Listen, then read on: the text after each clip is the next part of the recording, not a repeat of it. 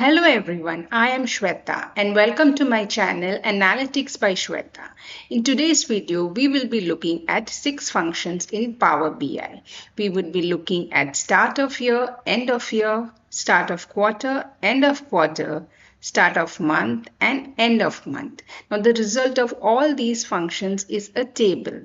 So to get an example, if we are looking at a date 3rd August 2021, the start of the year function would return us 1st January 2021.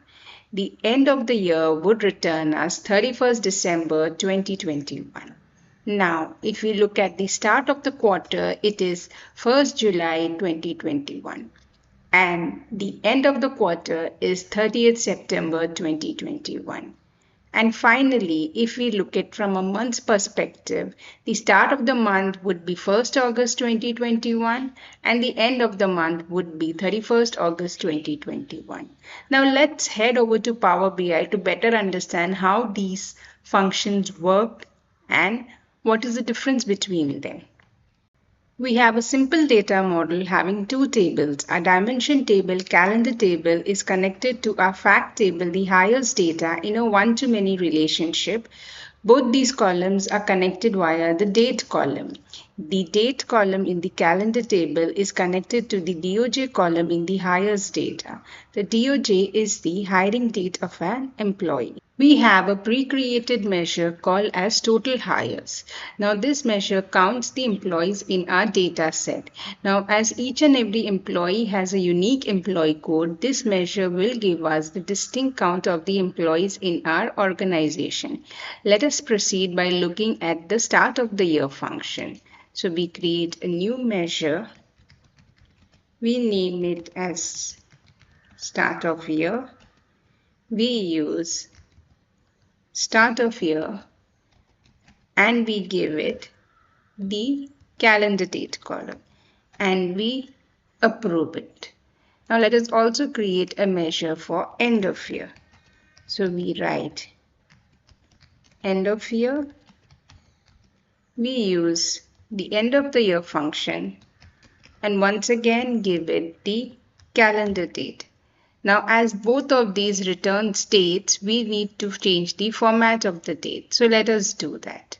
So I'm changing the format of this and of the other measure as well. Let us create a table visual. Let us go here and add the date. And let us add the start of the year. And let us add the end of the year. If you see, for each and every date, we get 1st of January as the start date and 31st of December as the end date. Now this is because we are looking at a calendar perspective where the first of the year is on 1st of January and the last of the year is on 31st of December. Let us also add the measure total hires over here. Now, this gives us the total hires as on 1st of January. We can create a measure to show the total hires as on 1st of January for each and every one of these rows. Let's create a new measure for the same. We would write start hires year. We use the calculate. We use the total hires. We use the start of the year function and once again we give it the calendar date and we approve this. Let us add this onto our report. If you see here, for each and every row we get the value 27, which is the value of the hires as on the start of the year. In a similar way, you can also give the year for the end of the year hires. So you would be giving it as end of the year and calendar date and you would get the number of hires as on 31st of December 2020. Let's do that. Let us create a new measure. We name it as end hires year. We give calculate. We give total hires. We say end of year and we use the calendar date and we approve this. Let us also add this value over here. If you see, we get the value 7 across, as 7 was the highest as on 31st of December. So this is how we use start of year and end of year function in Power BI. We would be next looking at start of quarter and end of quarter. Let's create a new measure for the same. We write start of quarter and we use start of quarter calendar date. Similarly, we would create a measure for end of quarter and we use end of quarter calendar date. Now, as both these return dates, let us change the format of the dates. I will do that for the start of quarter as well. Let us create a table visual. I would be adding the date. I would be adding the start of quarter and I would be adding the end of quarter. So if you see here in 1st of January, it says 1st of January 2020 is the start of quarter and 31st of March 2020 is the end of quarter. If you scroll down, you will see that in April, we get the start of quarter as on 1st April 2020 and the end of quarter as on 30th June 2020. So this follows the calendar format and the calendar quarters. We can also create measures how we had done in our previous example for years, where we write start quarter hires and we use calculate total hires and we use the start of the quarter function and we use the calendar date. Let us just approve it. Let us add this. So if you see, we get the hires at the start of the quarter.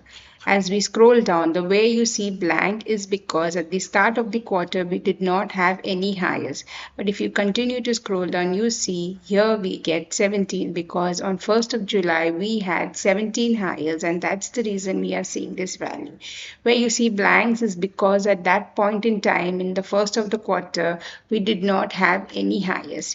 You can similarly do the calculation for end of quarter hires and get the value of the hires which was at the end of the quarter. We will now see start of month and end of month. Let us create a new measure for the same. Let us write start of month and we use start of month and we use the calendar date. Let us also create a measure for end of month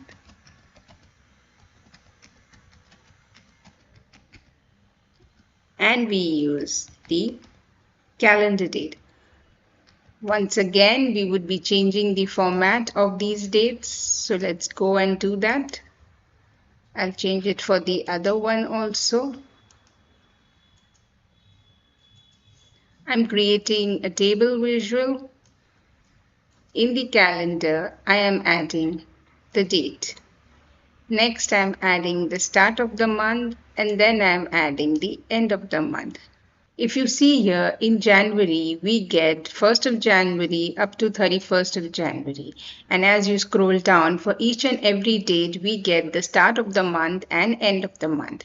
As we had done examples of calculating the hires for the start of the year, start of the quarter, end of the year, end of the quarter, you can also do the calculations basis the similar way. Let's do that. Let's create a new measure.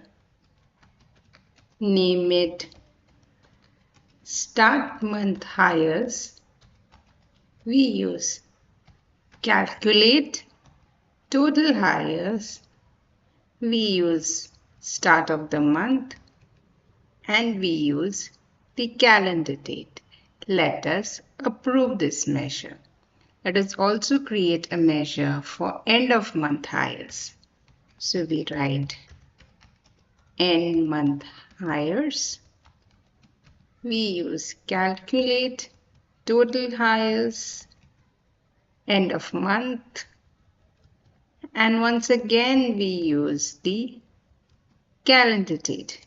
Let us approve this measure. In this table visual, let us add the total hires first. So right now you see every date over here and the total hires on that particular date. Let us add the start of the month hires and the end of the month hires over here. Now if you see start of month, we get 27, which is the hires as on 1st of January. The end of month hires is showing as blank because as on 31st of January, we did not have any hires. Let us validate it. We have gone to 31st of January, and if you see here, there is no value. This is because we did not have any hire as on 31st of January. Let us proceed. If you see, 1st of February had 40 hires, and in start of month we see 40 across. This is because for the month of February, as on 1st of February, which is the start of the month, we had 40 hires. Again in end of the month we see blanks. This is because as on 29th of February, we did not have any hires. Let us scroll further down. If you see here, 1st of March, in start of month we see blank. This is because as on the 1st of the month we did not have any hires.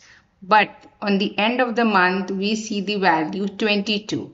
This is because as on 31st of March 2020 we had 22 hires. Let us validate this. So we scroll down, we see 31st of March and we see the value 22. So in this way, start of month would give you the hires as on the start of that particular month, and end of month would give you the hires as on the end of the particular month. So I hope you understood all of these start and end functions in Power BI. If you like this video, please subscribe to my channel and hit the notification bell for more updates. Thank you for your time and have a nice day.